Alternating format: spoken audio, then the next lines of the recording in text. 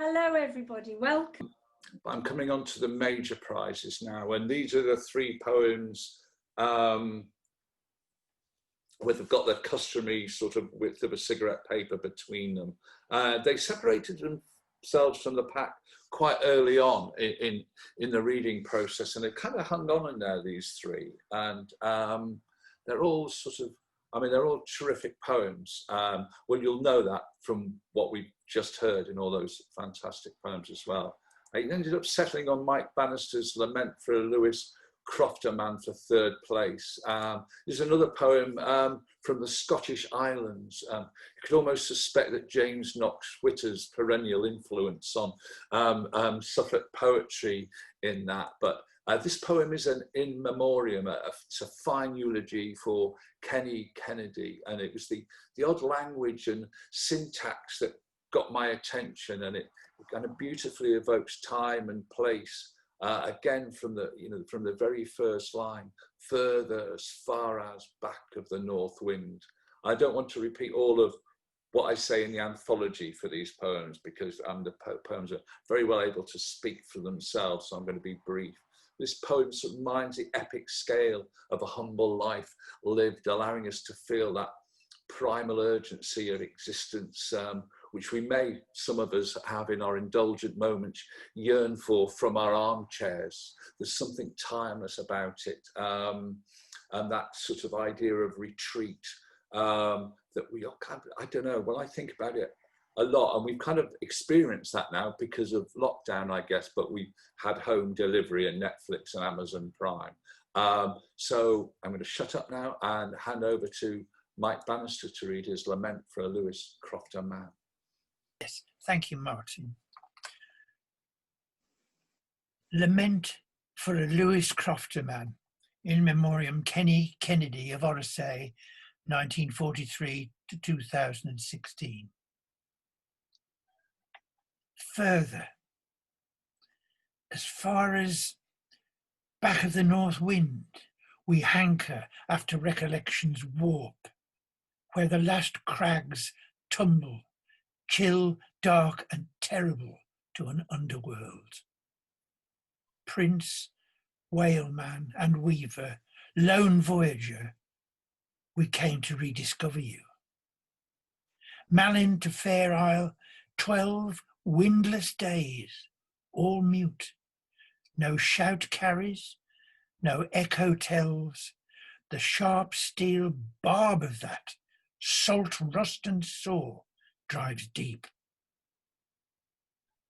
Unrippling at Orsay, waves gleam green and silver, mirror those mornings we'd put out on the ebb tide, trusting the flood to bring us home. Lines coiled, fish box full. You taught us the sea, hidden skerries, lee shore, whistling squalls, a cable parted, a readiness for danger. Life log of a crofter man. Handsome youth quits the Long Island, earns his spurs where the whalefish blow about the Weddell Sea, and then he's a tanker hand, Thames, Humber, Tyne and Forth. In the high woods of Moray, he finds his own pearl beyond price, brings her home, builds a small Ithaca.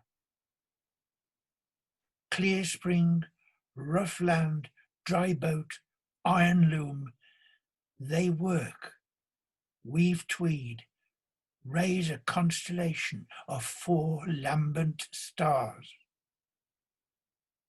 Restless down all the seasons and the years, our quiet Odysseus is busy at the brim of the sea. A godly man, each repeated labour a ritual in itself, a prayer almost.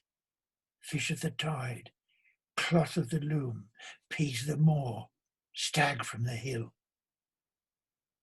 Sage thoughts, uttered in the old tongue, soft and slow, he would provide. Boatman, friend, hero and hunter, sleep sound in your dark school among the stones of gravel, place of kings. Thank you. Next, we've got James Henderson's poem, Frank's World, which begins with, Frank was a knitted boy, plain and pearl. And those are like 8 opening words, and I'm sold on this poem right there. All you want to know when you read an opening line like that is that your heart kind of leaps and you hope that, you know, please live up to my expectations. And we're not let down with this poem, which kind of tumbles along, taking us from one striking image to the next. Here's a spoiler alert. Frank has an extra hand just for his harmonica. It's kind of dressed up like a normal steady poem, buttoned up in its 12 unrhymed 4-line stanzas, but it kind of unravels like this ball of wool being pursued by a kitten. And there's real skillful enjambment in this. And I like the way the last line of a stanza, because it seems like the stanza's finished 3 lines, and then the last line kicks off the next thing. And we were reading Claire Shaw's collection, Rain, the other day, and I kind of noticed this about her poems, and while Helen and I were kind of reading and pointed it out. So it was kind of nice to be reminded that I'd seen it before and picked up on it. And there's a real melancholy that runs just beneath the surface of this sort of fantastical moving poem. So Jane, I hope you're going to read as Frank's World. Frank's World. Frank was a knitted boy, plain and pearl, with a spare hand that attached a harmonica to the slot of his mouth, which he then assumed like a silver grin, harping through it a language of his own. His face was pure pearl, the curve of ear, the tilt of brow, the prow of lips kissed, pursed. Frank's mother had cast him off the row like unwanted stitches, and Frank had felt himself so cast, falling with weight yet silently, with the gravity of a tightly spun ball of, for example, Aaron, there being a slight bounce and a degree of unravelling.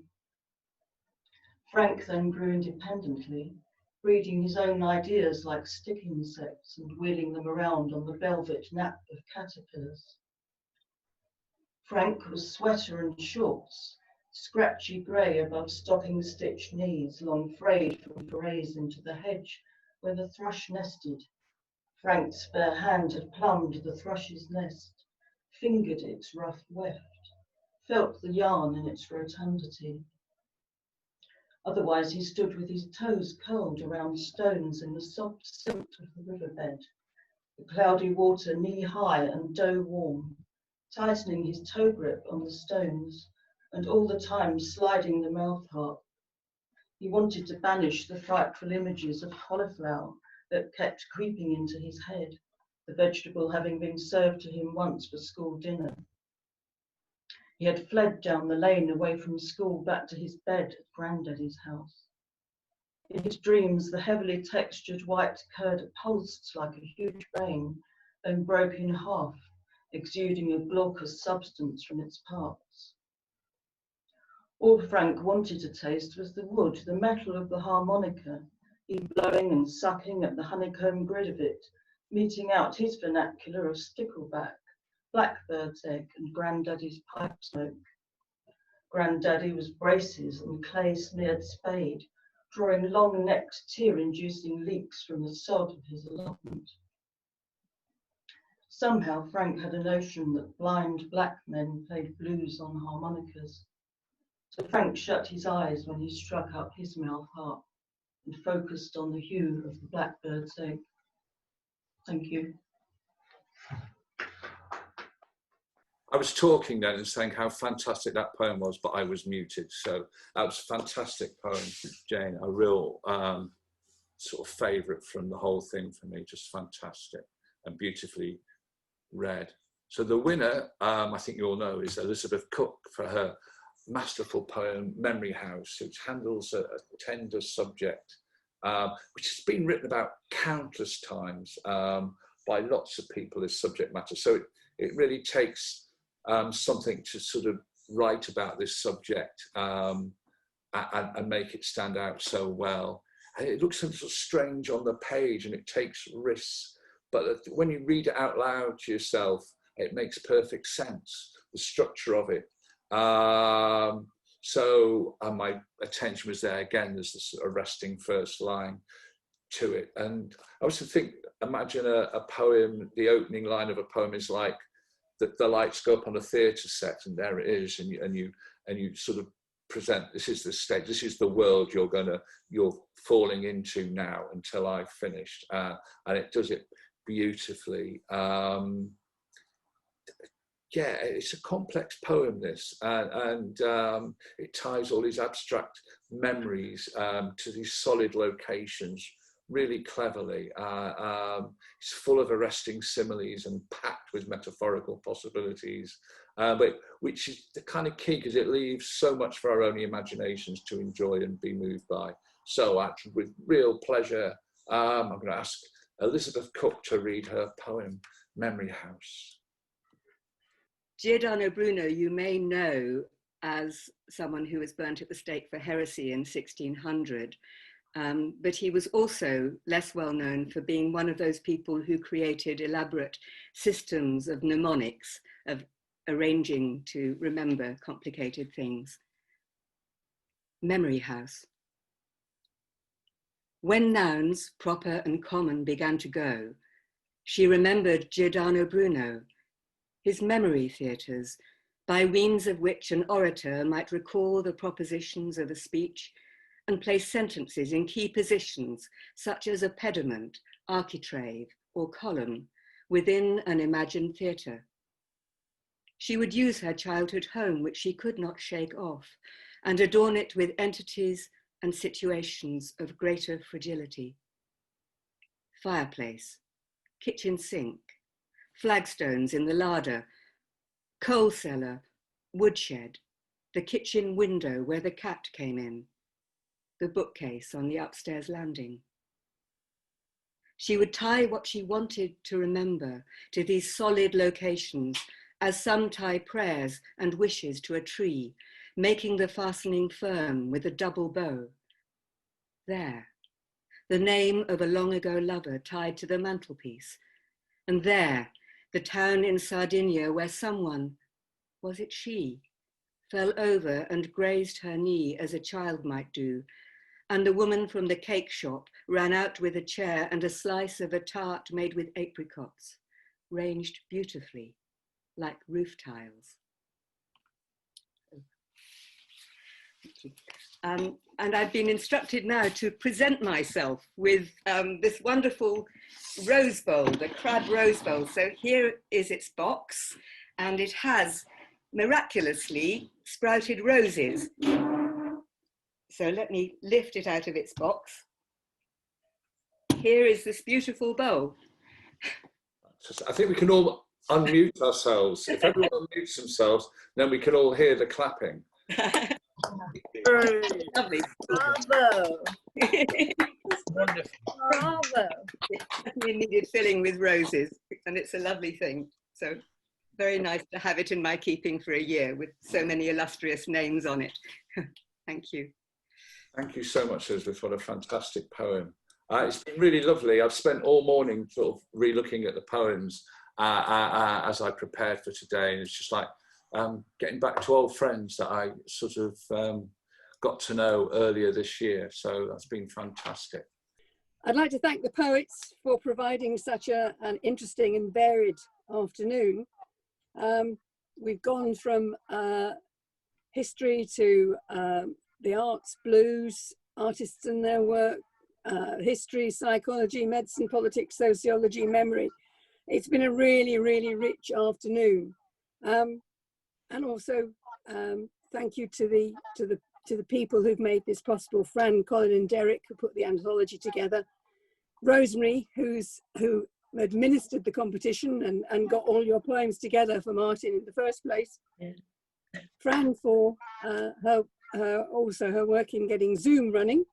Kate for her wise words and endless support. And again, to all of you for being here and making a wonderful afternoon. Thank you very much. Thank you. There's one more person you should thank, Beth, and that is a few people here will find when they look at their bank balances next that they've been slightly inflated. but that wouldn't have been possible without the help of Fair Weather Law, who have sponsored this competition for many, many years. I don't know how many actually, but we have to thank Fair Weather Law as well. Thank you very much for reminding me. Yes, our sponsors have been extremely generous. We would be seriously struggling without them. So it's absolutely marvellous that they have come up trumps for yet another year in supporting the competition. So this year we are giving every member a copy of the anthology, which will arrive with 12 Rivers, which should be about November time, I think. And some people have already bought anthologies, and I think what we'll do to resolve that is simply send them another one for the ones they bought, and they are your Christmas gifts. okay, so thank you everybody. I hope you've enjoyed the afternoon. Yep. And have a lovely rest of the weekend. Thank you. Thank you. Bye everybody. Bye. Bye. Bye. Bye. Bye. Bye from Amsterdam. Bye, I can unmute. Bye. Thank you, it's been lovely.